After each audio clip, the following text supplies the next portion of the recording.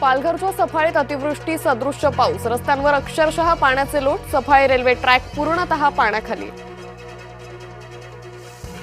मुसळधार पावसाच्या पार्श्वभूमीवर राज्य सरकारच्या सूचना, विनाकारण कुणीही बाहेर पडू नका, शक्य असल्यास वर्क फ्रॉम होमला प्राधान्य द्या, मंत्री गिरीश महाजनांचं आवाहन।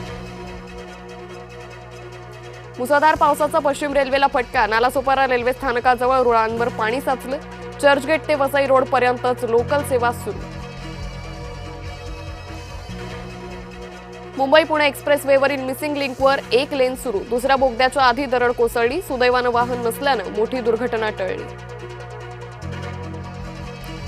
कर्जत लोणावळा दरम्यान रेल्वे ट्रॅकवर दरड कोसळली, पुणे मुंबई दोन्ही मार्गावरील एक्सप्रेस रद्द।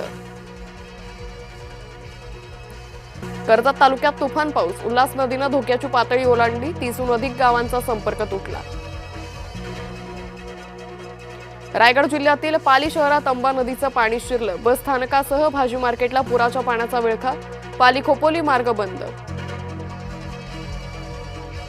रायगडच्या सावित्री नदीनं धोक्याची पातळी ओलांडली, महाडच्या बाजारपेठेत पुराचं पाणी शिरलं, व्यापाऱ्यांचं मोठं नुकसान।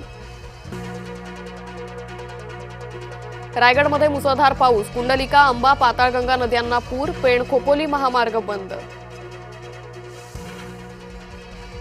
पालघर जिल्ह्यात मुसळधार पाऊस, केळवेमध्ये घरांमध्ये पाणी शिरलं, शीतलादेवी मंदिर परिसर पूर्णपणे जलमय।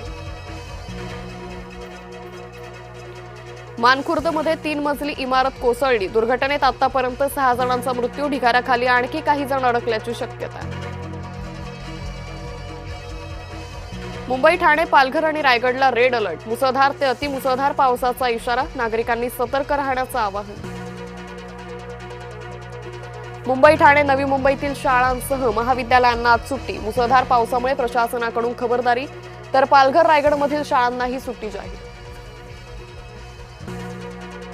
पुणे जिल्ह्यात पावसाचा रेड अलर्ट, पुणे शहरासह ग्रामीण भागातील सर्व शाळांना आज सुट्टी, मुसळधार ते अतिमुसळधार पावसाची शक्यता। मुंबईत झाड पडून आणखी 2 जणांचा बळी, गोरेगावात मुलाचा तर कुर्ल्यात वृद्धाचा मृत्यू।